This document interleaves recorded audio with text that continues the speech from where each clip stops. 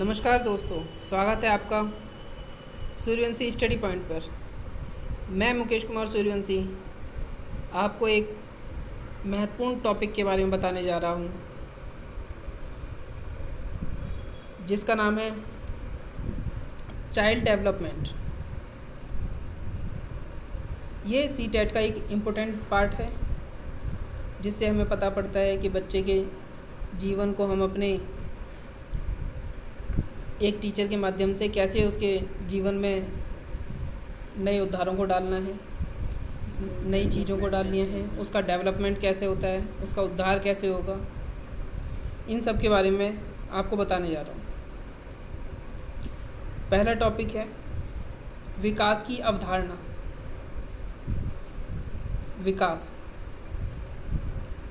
विकास एक जीवन पर्यंत चलने वाली एक प्रक्रिया है, जो गर्भधारण जन्म से भी पूर्व गर्भावस्था से आरंभ होती है और मृत्यु तक चलती है। किंतु सभी प्रकार के विकास मृत्यु तक नहीं चलते। जैसे कि शारीरिक विकास वयस्क अवस्था शुरू होने पर रुक जाता है, पूर्ण हो जाता है। विकास एक निरंतर चलने वाली प्रक्रिया है, किंतु विभिन्न आयु स्तरों पर इसकी गति में परिवर्तन होता रहता है। जैसे जैसे बच्चे की आयु बढ़ती है, वैसे वैसे इसका विकास होता रहता है। जैसे कि आपको नीचे दिखाई दे रहा होगा, मानव विकास की विभिन्न अवस्थाएं। गर्भावस्था जन्म से पूर्व, शेषावस्था जन्म से 6 वर्ष, बाल्यावस्था 6 वर्ष से 12 वर्ष, किशोरावस्था 12 वर्ष से 18 वर्ष, वयस्कावस्था 18 वर्ष से मृत्यु तक। जब तक बच्चा जन्म नहीं ले लेता, तब तक उसकी आयु को हम शेषावस्था नहीं कह सकते।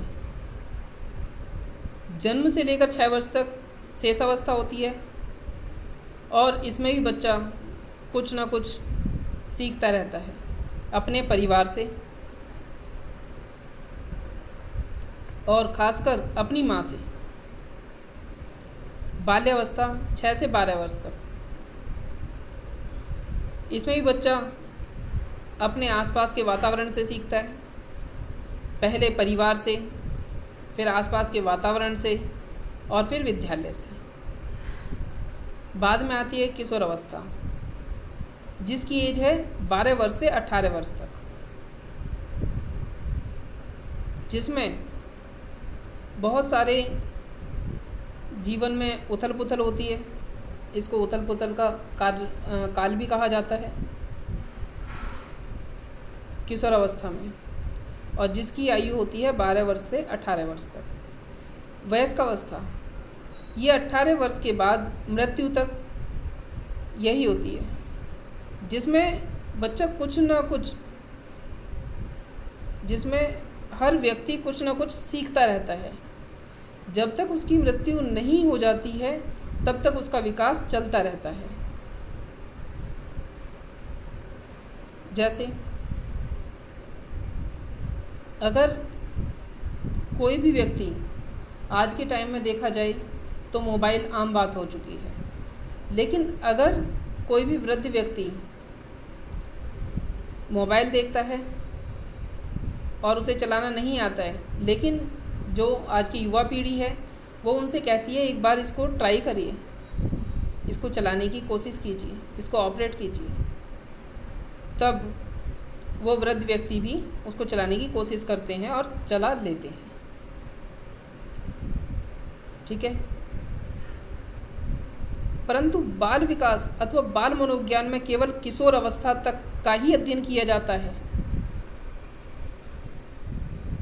मानव विकास मात्रात्मक तथा गुणात्मक दोनों होता है। विकास लचीला होता है।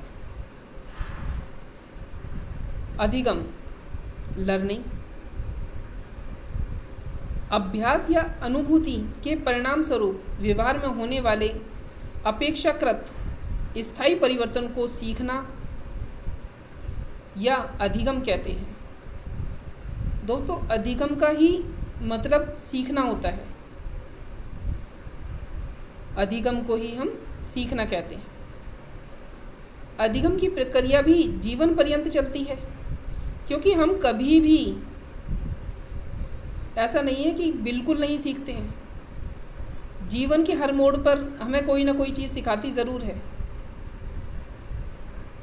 तो इसलिए हम कह सकते हैं कि अधिगम की प्रक्रिया भी जीवन पर्यंत चलती है। अधिगम की प्रक्रिया जन्म के तुरंत बाद से प्रारंभ हो जाती है। शेषावस्था में विकास एवं अधिगम। तो जैसा मैंने अभी कहा कि अधिगम की प्रक्रिया जन्म के तुरंत बाद से प्रारंभ हो जाती है, तो इसका एक उदाहरण है कि बच्चे के पास जब उसके माता पिता या उसके सगे संबंधी, उसके परिवार में से कोई भी व्यक्ति उसके पास आकर कुछ भी उसको यानी कि हंसने की कोशिश करता है, तो बच्चा हंसना सीखता है और वह देखने के बाद अपने भी हाथ पैर चलाने की कोशिश करता है। तो इसका मतलब यह है कि बच्चा सीख रहा है। ठीक है, अब आगे चलते हैं शेषावस्था की। शेषावस्था में विकास एवं अधिगम। यह अवस्था जन्म से 6 वर्ष की होती है। मनोवैज्ञानिक द्वारा यह अवस्था सीखने की सबसे महत्वपूर्ण अवस्था होती है। इसे नींव की अवस्था या आधार की अवस्था भी कह सकते हैं। इस अवस्था में बच्चे अनुकरण, दूसरों को देखकर करना या दूसरे से सुनकर के द्वारा ज़्यादा सीखते हैं। भाषा विकास के लिए यह सर्वोत्तम अवस्था है, क्योंकि शेषावस्था में ही बच्चा मम्मी, पापा इस तरीके की बातों को बोलना सीखता है। चाचा, अम्मा, बुआ, तो उसके आसपास जो भी बातें होंगी, जो भी अगर उसके आसपास किसी को कोई भी कुछ कहता है,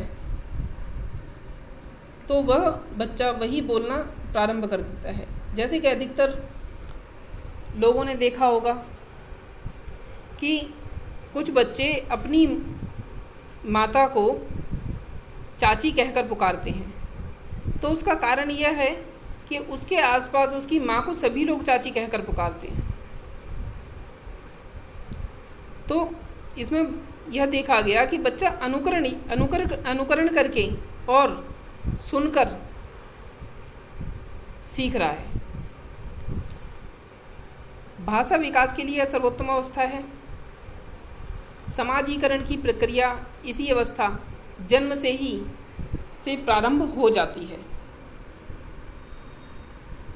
मनोवैज्ञानिकों का कहना है कि शिक्षा का आरंभ इसी अवस्था में करना चाहिए। किस अवस्था में? शेषावस्था में, क्योंकि शेषावस्था को समाजीकरण की प्रक्रिया की अवस्था भी कहते हैं, क्योंकि समाजीकरण की प्रक्रिया इसी अवस्था में प्रारंभ हो जाती है। इसलिए मनोवैज्ञानिकों ने कहा है कि शिक्षा का आरंभ इसी अवस्था में करना चाहिए। अब आगे चलते हैं नेक्स्ट टॉपिक की ओर, जो है बाल्यावस्था। बाल्यावस्था में विकास एवं अधिगम। यह अवस्था 6 से 12 वर्ष तक की होती है। इस अवस्था में चिंतन एवं तर्क शक्ति का विकास होने लगता है। शेष अवस्था में सीखने की गति बहुत तीव्र होती है, परंतु बाल्यावस्था में अपेक्षाकृत धीमी हो जाती है। लेकिन सीखने का क्षेत्र व्यापक हो जाता है, सीखने का क्षेत्र बड़ा हो जाता है, क्योंकि बाल्यावस्था में ही बच्चा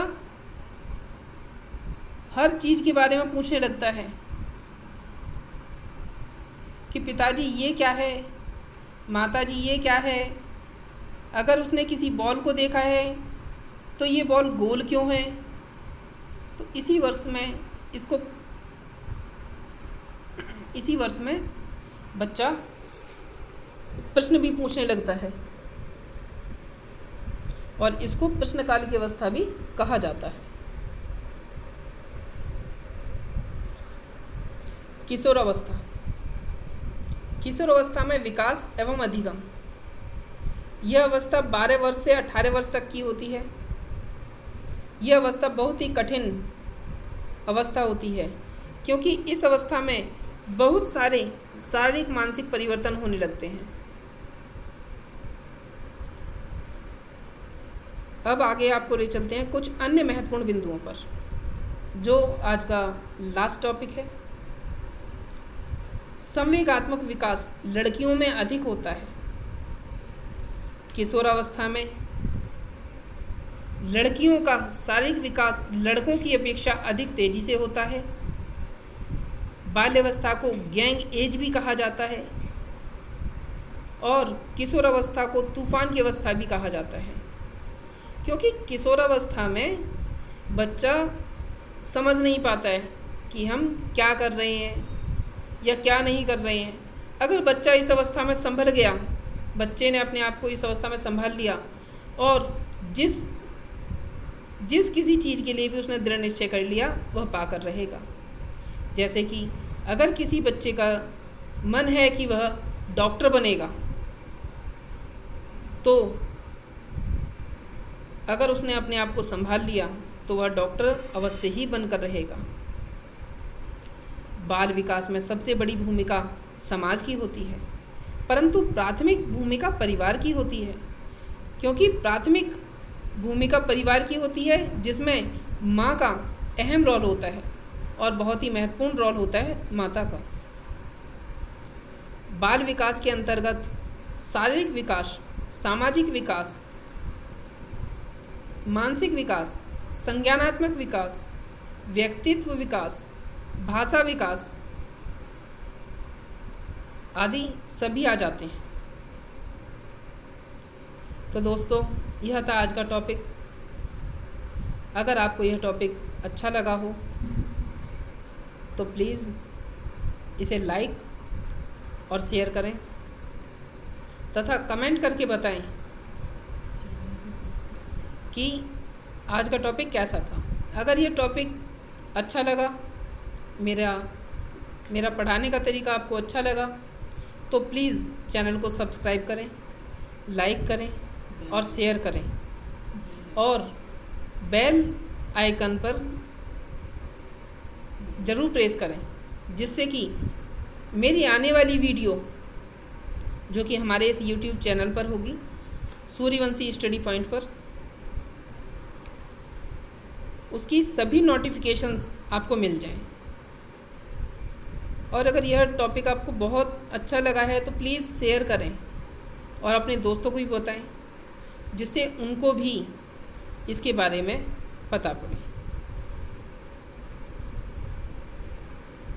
ओके, धन्यवाद।